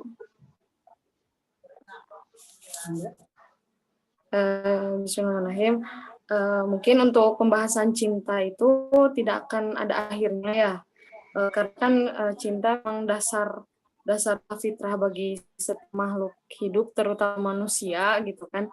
Jadi karena fitrahnya itu kita juga harus menjaga cinta itu dengan cinta dalam diam. Nah, kan cinta dalam diam itu merupakan salah satu upaya untuk menjaga fitrah atau kesucian dari cinta tersebut. Diam bukan berarti berdiam diri tanpa melakukan apapun, tapi kita tetap mengusahakan seperti berdoa, memperbaiki diri, memantaskan diri untuk pasangan kita nanti. Cinta yang sebenarnya itu datang pada waktu yang tepat. Terus sejak kapan kita mengenal cinta? Cinta itu kita kenal sejak lahir dari kedua orang tua kita, di mana pada saat ibu kita mengandung, kita sudah diberikan cinta yang sepenuhnya sampai kita dilahirkan. Terus untuk hakikat cinta, tingkatan cinta itu ada 6. Yang pertama adalah cinta kepada Allah yang sebenar-benarnya cinta. Kedua, cinta kepada Rasulullah. Cinta kepada keluarga, cinta kepada sesama muslim, Selanjutnya ada cinta yang timbul dari sisi kemanusiaan, cinta kepada harta benda. Dari hadis ini, jika Allah telah mencintai seseorang, maka Allah akan memberitahukan Jibril untuk mengabarkan penduduk langit agar semua mencintainya, sampai penduduk bumi pun mencintainya. Lalu bagaimana cara menjaga kesuciannya? Yang paling penting atau yang paling utama adalah menjaga pandangan atau godol basor. Menjaga pandangan itu akan membuat hati pun ikut terjaga. Seperti yang disebutkan bahwa sebagaimana tidak menjaga pandangan maka hati pun akan gelap. Lalu seperti menjaga pandangan maka hati pun akan selanjutnya bagaimana cara menyimpan rasa cinta sampai waktu yang tepat. Untuk ibroh cinta yang tadi diceritakan oleh ustazah kita, ada 4 ibroh yang bisa kita ambil. Yang pertama, cinta dari Khadijah bin Khalid dengan Rasulullah SAW, lalu Ummu Sulaim dan Abu Tolhah. Yang ketiga ada Fatimah Zahra dan Ali bin Abi Thalib. Yang terakhir ada Zainab dan Abi As bin Robi.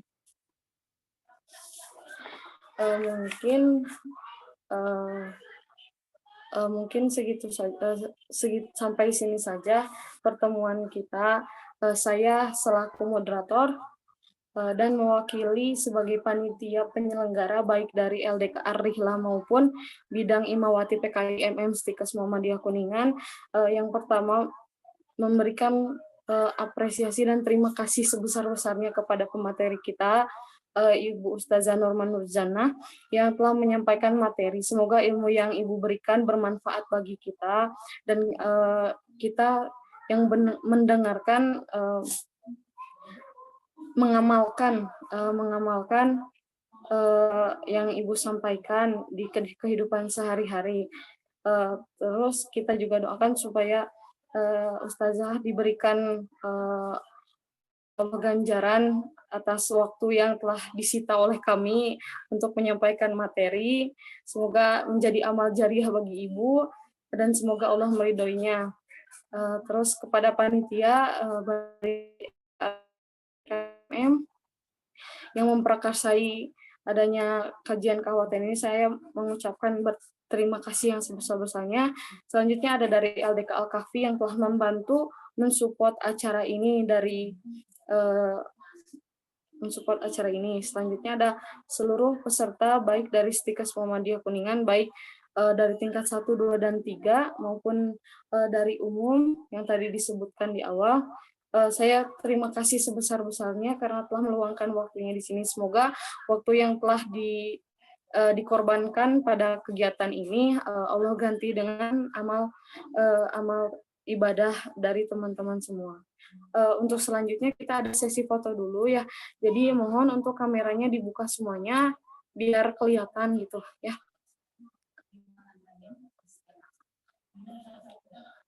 Dari slide 1 dulu, kalau di laptop itu ya mangga dibuka dulu videonya, nanti kita mau ada foto bersama.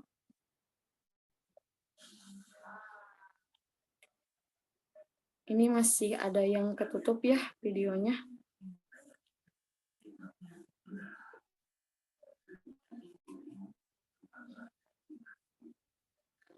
Dibuka dulu sebentar nanti buat foto untuk dokumentasi. Enggak. Biar cepat selesai, enggak cepat dibuka ya videonya.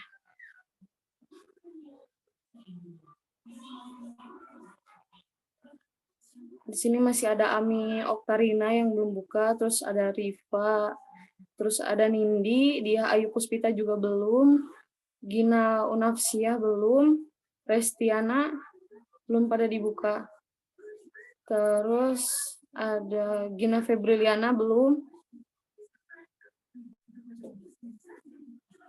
Ada Vina Rima Melati belum dibuka, sama Siti Ayu Nurkoma.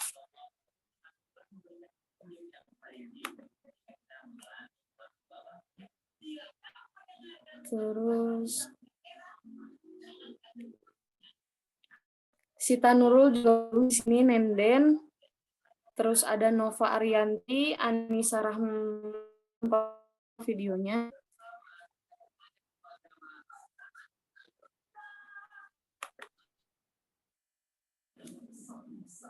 Delia Pujianti juga. Ada Hani Novianti belum. Tia Yunia, Lita, Pujianti, Rani, Dwi Rahma belum.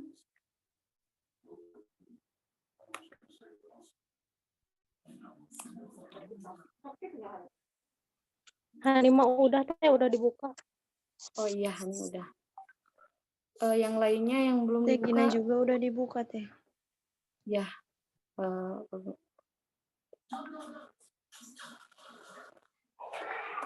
Mangga panitia mau di screenshot dulu.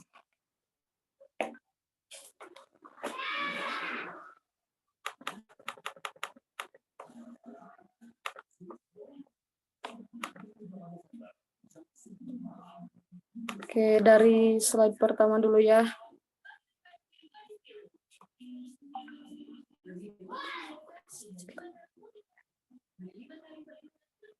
Sebentar.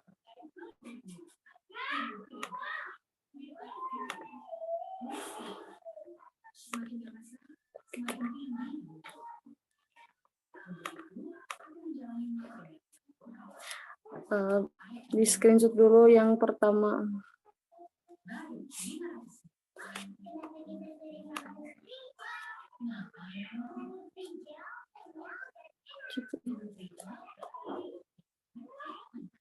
Sebentar ya.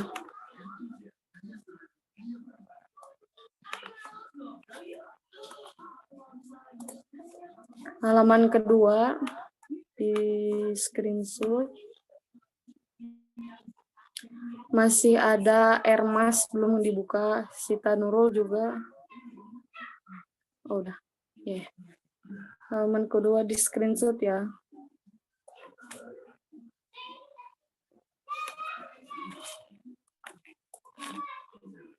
Halaman ketiga.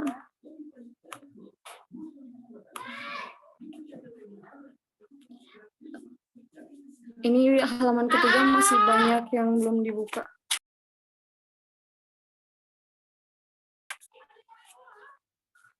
Oke, halaman ketiga di screenshot ya.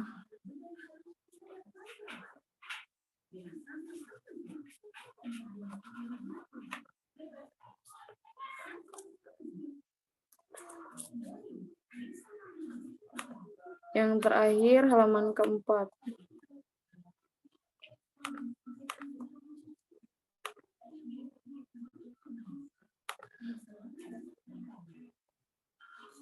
Oke, terima kasih semuanya.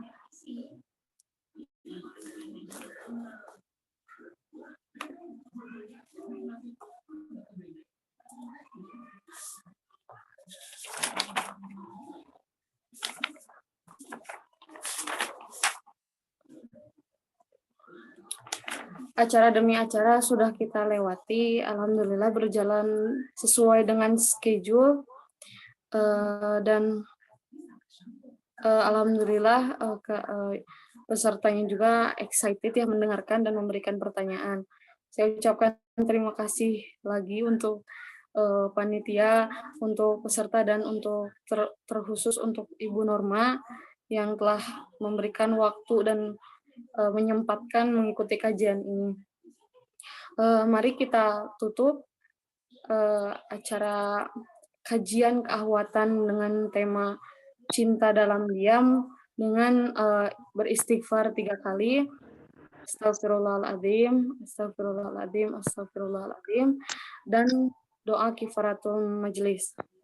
Subhanakallahumma wa bihamdika asyhadu an la ilaha illa anta astaghfiruka wa atubu ilaik. Hasbunallahu wa ni'mal wakil, ni'mal maula wa ni'man nasir. Rabbi yassir wa amin ya karim. Wassalamualaikum warahmatullahi wabarakatuh. Waalaikumsalam warahmatullahi wabarakatuh. Terima kasih Kak. Waalaikumsalam warahmatullahi wabarakatuh. Terima kasih semuanya. Sama-sama, Kak.